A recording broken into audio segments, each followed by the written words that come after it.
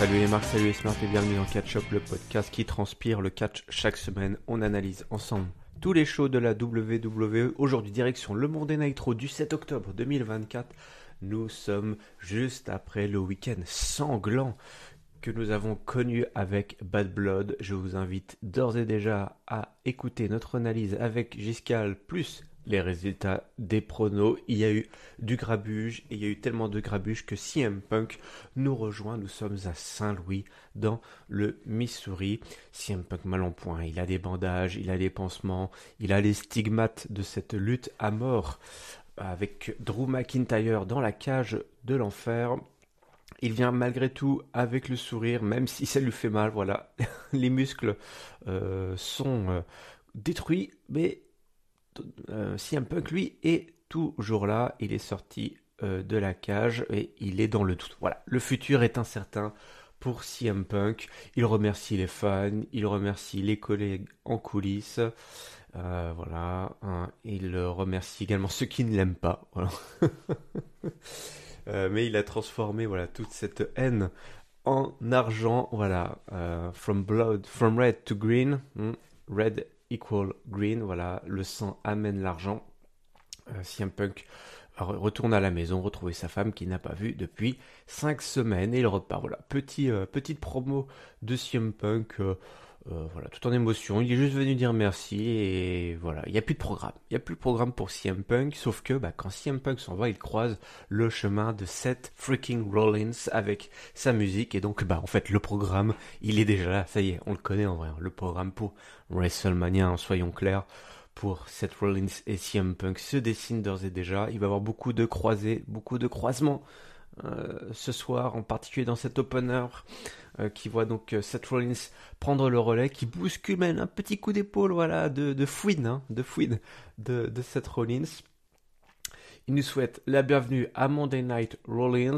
Il nous dit que lui, il a qu'une envie, c'est d'aller botter le cul justement à CM Punk et l'envoyer à la retraite. Donc voilà, on ne perd pas, voilà, ça c'est très bien.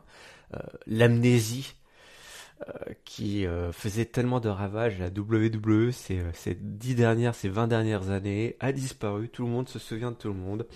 Et il se souvient aussi, Seth Rollins, de ce qu'il a vu ce week-end avec Cody Rhodes, qui a commis l'improbable, l'irréparable, l'inexcusable, s'allier avec Roman Reigns. Donc voilà, il va falloir mettre de l'ordre dans tout ça. Il va falloir mettre de l'ordre dans tout ça, surtout avec le retour du Final Boss.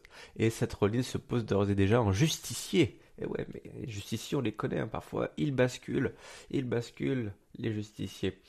Il en place une pour Bronson Reed, qui n'est pas là ce soir. Mais voilà, 6 tsunamis plus tard, il connaît bien. Voilà, c'est bon, il a compris, il a le visage de Bronson Reed bien en tête. Et donc il lui promet les 15 minutes de gloire que Bronson Reed recherche. Et donc le programme, en attendant le programme de CM Punk, le programme de Seth Rollins, ça va être un programme contre Bronson Reed. Et on s'en lèche déjà les babines, ça c'était également plutôt sympa. Voilà, très efficace en cet opener. Je vous rappelle, là ça y est, on est passé à 2 heures. 2 heures de show pour Monday Nitro. Mais en fait 2 heures c'est quoi? C'est même pas 1h30 effective de catch. Surtout qu'on a eu droit parfois à des matchs avec du picture in picture. Donc vous savez, on a les pubs qui défilent, en même temps on voit un petit peu ce qui se passe sans entendre ce qui se dit. Donc finalement il se passe le temps est compté pour le show rouge. Et donc on enchaîne. La preuve c'est que le deuxième passage de flambeau, c'est avec Jey Uso qui vient lui pour son match face à Xavier Woods, match intercontinental que va remporter Jey Uso avec son super kick et son splash. Kofi Kingston était là dans les parages et Xavier Woods qui perd, et surtout Xavier Woods qui est mauvais perdant puisqu'il refuse de serrer la paluche du champion intercontinental Jey Uso, voilà, avec un Kofi Kingston qui ne comprend pas, mec, t'es en train de te perdre toi aussi, et ça c'est pas cool. Et c'est pas terminé, parce que ça s'enchaîne derrière, puisque Jey Uso célèbre sa victoire et Bron Breakker débarque pour faire un spear. On n'a pas le temps à monter Nitro, l'énorme spear de Bron Breakker qui vient démonter Jey Uso. Kofi Kingston qui est en bas du ring, Woods qui s'approche, mais Bron Breakker qui fait aussi un spear à Xavier Woods, donc lui il n'a même pas le temps de décider s'il allait être gentil ou méchant dans les semaines à venir. Et un spear une fois de plus sur Jay, et la petite pause avec le titre intercontinental. Eh bien, notre ami Bron Breakker, il nous fait tout à l'envers, puisque il est interviewé un petit peu plus tard. Ça, c'était lors d'un petit croisement, mais il n'aura aucune déclaration particulièrement à faire. J'ai l'impression voilà, on en avait discuté la dernière fois. C'était un petit peu bizarre là, cette reconnaissance de Bron Breakker face à Jey Uso le lendemain de leur match. Il repartait tout gentil, il dit bah voilà, t'étais le meilleur, pas de problème, je viens de féliciter. Puis il repartait, puis il allait chauffer un petit peu Gunther. J'avais trouvé tout ça un petit peu rapide, et en fait, bah non, Bron Breakker, il nous l'a fait à l'envers. Il a fait semblant, tout simplement. Il a fait semblant d'être bon joueur, et il est revenu détruire Jey Uso, et ça, voilà, ça j'aime bien. Ça j'aime bien. Bon, bah de facto, ça efface un petit peu cet élan de babyface, de face turn qu'on avait quasiment validé justement peut-être trop hâtivement.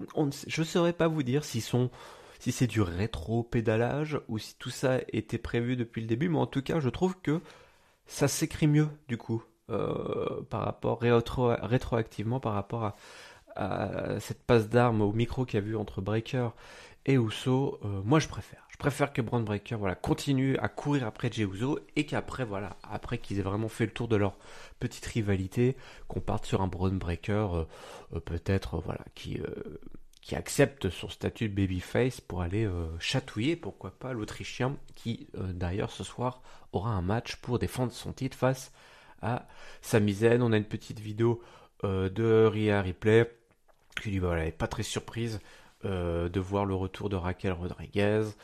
Ça fait une petite preuve d'intelligence, de malice de la part de Liv Morgan, mais elle compte bien ne pas la lâcher tout de suite. On continue derrière, puisqu'on a le Miz et Karrion Kross qui discutent, justement ça tape la discute tranquillement, voilà.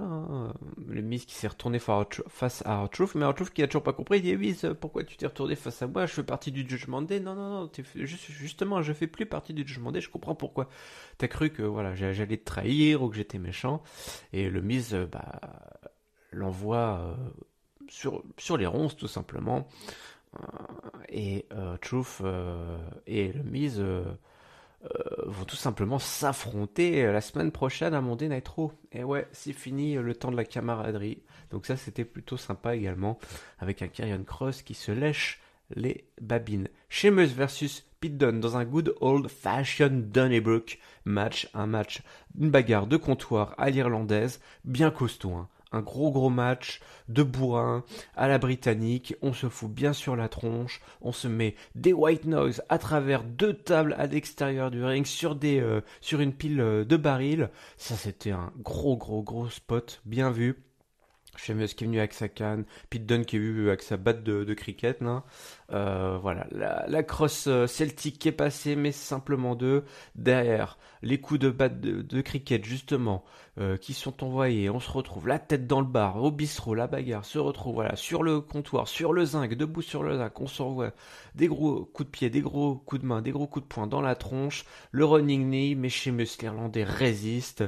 Et un gros coup de genou suivi d'un dropkick pour la victoire de l'Irlandais. Voilà le match qu'on attendait entre Pete Dunne et Sheamus. La belle petite rivalité, la demi-card entre les deux Britanniques. Et une belle victoire pour Sheamus, le patron. Et c'est peut-être pas terminé, on ne sait pas, mais voilà, qui permet enfin de conclure voilà, ces longues semaines d'un Sheamus et d'un Pete Dunne qui se cherchaient depuis très longtemps. Et on règle enfin voilà, les litiges entre les cordes et même à l'extérieur dans ce combat. À l'irlandaise tout simplement. D'ailleurs, on a Cody Rhodes qui fait le petit déplacement à Monday Night Raw. Il est venu ici pour voir qui il ira affronter à Crown Jewel, hein, puisque Cody Rhodes va affronter l'autre champion, je vous rappelle, Crown Jewel, champion contre champion, et à l'heure actuelle c'est Gunther, mais ça pourrait être Sami Zayn. D'ailleurs, il le croise, Sami Zayn, il dit écoute, ça me ferait très plaisir de t'affronter, je pense que tu peux battre Gunther. Voilà, des petits mots d'encouragement pour son poteau canadiens. Derrière, on a Liv Morgan et Dominique avec Raquel Rodriguez qui sont dans leur belle voiture là, montée sur Vérin. La petite interview de Jackie qui n'ira pas loin, elle va un petit peu agacer tout le monde et en fait ils vont tous repartir. Ils vont tous repartir et voilà, le Judgment Day s'est plié. Je vous ai dit, on a 1h30 effectif de catch. On va voir dans les semaines qui suivent comment ils vont réussir à agencer tout ça, puisque se passer complètement du Judgment Day à Monday Night Raw, on sait que ça peut être compliqué, mais sur 2 heures, ça peut-être passer, ça permet peut-être de respirer un petit peu, même si honnêtement, le Judgment Day, on va pas entrer dans le déni et nier tout ce qu'on a dit. Il n'y a pas si longtemps que ça, on était là, mais en mode rajoutez-nous un Raw de 4 heures, il n'y a pas de problème, on prend. Mais écoutez, on va voir ce qu'ils font en 2 heures. Et pour l'instant, on n'avance pas trop mal. Morgan qui juste annonce qu'elle veut se concentrer sur son match face à Nia Jax à Crown Jewel, donc ils repartent. Voilà, on ne les reverra plus. Petit passage sympa pour les suiveurs d'NXT, pour les fans comme moi de Ethan Page qui vient se plaindre. Parce que voilà, tout le monde est à Saint-Louis cette semaine. NXT également est à Saint-Louis. Je vous invite à regarder. C'était un épisode plutôt sympa avec du gros star power et des matchs de championnat.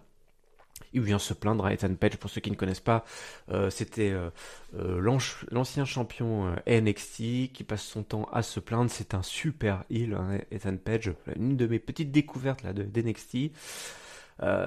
Il vient donc se plaindre de CM Punk carrément, qui lui a coûté son titre à NXT. CM Punk était l'arbitre invité de son match de championnat face à Trick Williams.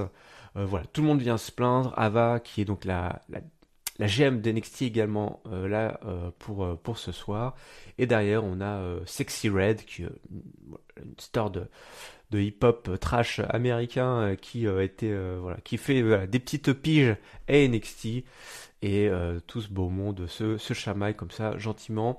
On a le temps, on a qu'une heure 30, mais on a le temps de faire venir des gens d'NXT. Donc pour ceux qui suivent NXT, c'est cool. Pour les autres, je pense que ça a dû leur passer 15 km au-dessus de la tête. Derrière, la honte de la soirée, un 5v5 féminin.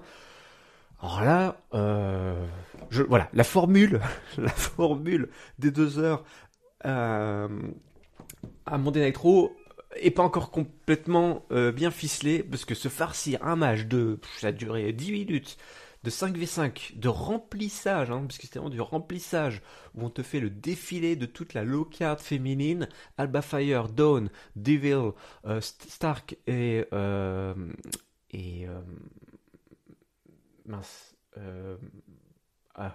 Shayna Baszler, excusez-moi, face à Zelina Vega, Lyra Valkyria, Natalia, Carter et Chance. Autant vous dire que là c'était juste du défilé à toi, à moi, chacun met son finisher, à la fin les gentils gagnent quoi. On se serait cru vraiment dans un match de gala à WrestleMania, il y a 15 heures de programme, envoyer les filles pour que tout le monde ait son petit match à WrestleMania, qui puisse mettre ça sur son CV. C'était lamentable, c'était très mal construit, il n'y avait aucune hype, le public était éteint. Stop l'hémorragie, il faut faire quelque chose avec cette division féminine qui ne tourne même plus vraiment autour des titres. Ça se snifle derrière, mais pourquoi faire? Pour rien du tout, juste nous faire perdre notre temps. Derrière, on a eu Jade Cargill et Bianca Belair qui, via des vidéos avec Damage Control, s'envoient quelques saucisses, quelques quenelles. Ce sera la semaine prochaine pour les titres. Voilà. Chaque semaine maintenant, chaque weekly, il y a des matchs de championnat. Donc ça, allez, c'est que la nouvelle formule, il faut l'accepter. Et honnêtement, c'est pas mal, mais c'est pas possible d'avoir des Raw de moins de 2 heures avec du remplissage. C'est pas possible. D'ailleurs, la preuve, c'est qu'on arrive déjà à la fin de ce Monday Night Raw et qu'on se dit, ok, c'est solide, mais il y avait des choses qui auraient pu ne pas être là. Mais bon, on sait comment ça marche. En plus, on revient d'un pay-per-view, d'un PLE, il n'y a pas forcément tout le monde. En plus, c'est un petit peu la galère à NXT avec Mère Nature là qui déchaîne les enfers sur toute la Floride. Donc c'est aussi un petit peu chamboulé. Il y a peut-être le casting comme ça qui a pas pu se déplacer. On ne sait pas trop. Mais en tout cas, ce qu'on sait, c'est que ce soit rien un match lourd de championnat du monde, poids lourd justement entre Gunther et Sami Zayn. Un énorme match avec un Sami Zayn qui résiste, mais qui va finir par tomber via soumission. Il va s'endormir, tel un vaillant babyface. Si t'es un vaillant babyface, Gunther il t'envoie au lit. Voilà, c'est le coucher, la petite histoire, la veilleuse et au dodo. Mais sinon, un gros match, on connaît les deux hommes, les love kicks qui ont été enclenchés, les méga powerbombs dans tous les sens, les drop kicks, en veux-tu, en voilà. Voilà, c'était un combat à la dure, un combat de résistant, mais un combat qui a vu donc Sami Zayn tomber sans dormir, voilà, comme un gros bébé, contre le torse de l'Autrichien. Et donc, célébration de Gunther et la musique de Cody Rhodes. Les deux hommes se toisent et se retrouveront donc à Crown Jewel en Arabie pour le match champion contre champion. Le match était vraiment excellent, gros main event.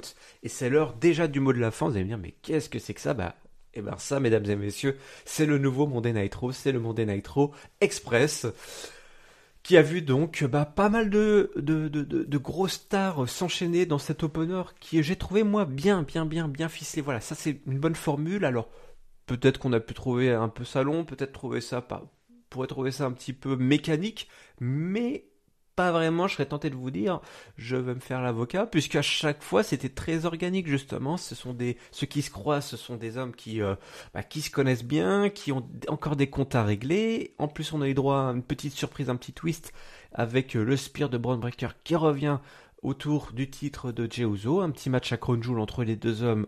On signe évidemment pour peut-être voilà une belle victoire de Jey Uso dans une énorme stade ou une arena, je ne sais pas où ça va être avec le Prince, on ne sait jamais. On peut avoir des stades avec des feux d'artifice à chaque entrée de locader, qu'on peut avoir une arène mal ficelée et puis zéro budget. Voilà, on ne sait pas trop s'il aime toujours le catch ou pas. En tout cas, à WWE on aime l'argent, et l'argent du Prince, l'argent du royaume coule à flot.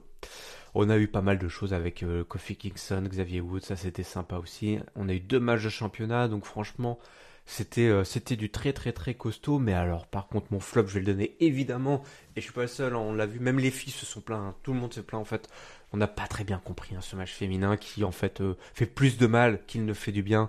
On aurait pu s'en passer, ou on aurait pu mettre, je sais pas, une stipulation, ou on aurait pu mettre un truc plus simple, ou ce fameux voilà, un match autour du titre, je sais pas, ça aurait pu être une soirée de défense de titre, pourquoi pas, mettre en jeu les titres tag team.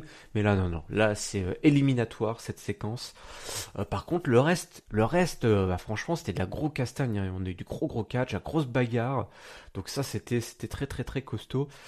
Donc ouais, mon top, je vais le donner, moi, j'ai trouvé à cet opener. Cet opener qui était vraiment bien ficelé et un bon rythme. Et puis mon top, je vais pas aller à 4, parce que là on n'a pas encore trouvé la formule, je vais aller à 3,5. Voilà, ok, maintenant on sait que c'est toujours 2 heures, un Monday Night Raw. En termes de catch, à part le match des filles, on a été gâtés en fait par rapport à cette durée. Ça s'est bien enchaîné. On a eu quelques promos bien sympas, bien fortes, des rivalités qui se dessinent pour la suite. On se projette aussi parfois sur des programmes un peu plus lointains. Moi, le petit coucou d'NXT, ma foi, certains ont retrouvé ça un petit peu à côté de la plaque, pardon. Moi, j'ai trouvé ça cool, surtout que ça n'a pas duré très longtemps. Donc, j'ai trouvé bien ficelé. Un peu dommage de ne pas avoir un peu plus de Judgment Day. Du coup, là, va falloir voir le Judgment Day, comment ça se situe, comment ça se positionne par rapport à ce format-là. Mais ils s'en sont bien sortis. Mais il y a encore du boulot. Il y a encore du boulot. La Triple H, les bookers, va falloir bosser sur cette nouvelle formule, sur ce nouveau format. Allez, je vous rappelle que Catch Up, c'est votre podcast qui résume, analyse tous les shows de la WWE, la Raw Express, Formule Express, c'est bien. Écoutez, c'est pas mal aussi comme ça, là. Même pas le temps de descendre du métro, de descendre du bus, de sortir de la voiture, que l'analyse, elle est déjà pliée. Oui. Allez, donc ne manquez aucun épisode, on est présent sur les réseaux sociaux, le lien vers notre Discord est évidemment dans la description. Et d'ici là, je vous souhaite à toutes et à tous une bonne semaine, pleine de catch. Salut.